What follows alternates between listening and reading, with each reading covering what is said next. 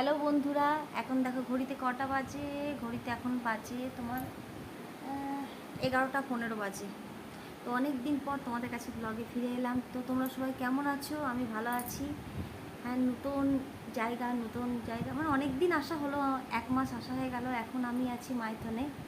এখন আর দুর্গাপুরে থাকি না। তোমার দাদা যেহেতু মাইথনে জব করে, সেহেতু এখন আমরা মা বেটা মাইথনে আছি। আমাদের 1 মাস আসা হয়ে গেল।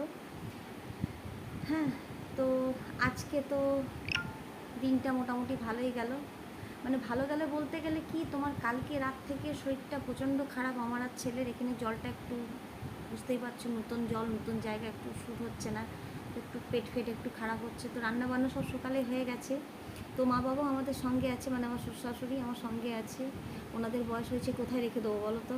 হ্যাঁ, এবার যেখানেই যাব ওনাদেরকে নিয়েই যাব এবং ওনারা আমাদের কাছেই থাকবেন, তাই না? একটা মাথার বট বলে না, বট গাছের একটা ছায়া, সেরকম বট গাছের ছায়ার মতো। সেটা মা বাবা যদি কিছু নাও করে, যদি একটা ঘরে তোমার বসেও থাকে, তাও তোমার মনে হচ্ছে যে কেউ তো আছে আমাদের পাশে। এটাই হচ্ছে ব্যাপার। তো আজকে রান্নাবান্না সেরকম কোনো কিছু করিনি।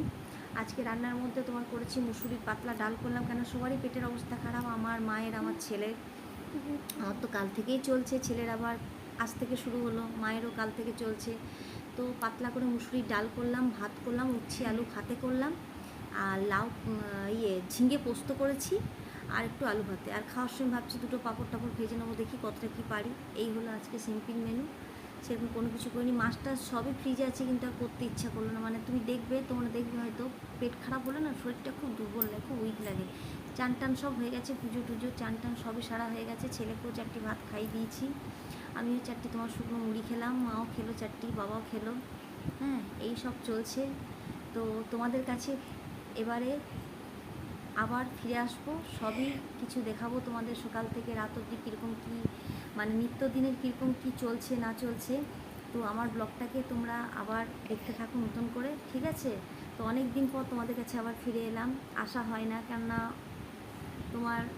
তোমরা বলবে যে হ্যাঁ আসা যায়, কিন্তু ইচ্ছাটা তোমার, তারপরে ঘরের কাজ কাম সেরে টেরে রান্না বান্না সেরে ছেলেকে দিয়ে আসা, স্কুলে নিয়ে আসা, সব কিছু করার পর না, তারপরে আর ইচ্ছে যায় না। তো তোমাদের কাছে ব্লগে ফিরে আসছি, ফিরে আবার নতুন করে এলাম।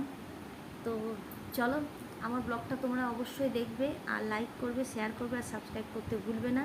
তো আজকে এইটুকুই, শর্ট ব্লগ করতে পারো। তো তোমরা খুব ভালো থেকো, সুস্থ থেকো, আর ওয়েদার প্রচণ্ড চেঞ্জ হচ্ছে, খুবই সাবধানে থাকবে, ঠিক আছে? তো চলো, টাটা, বাই।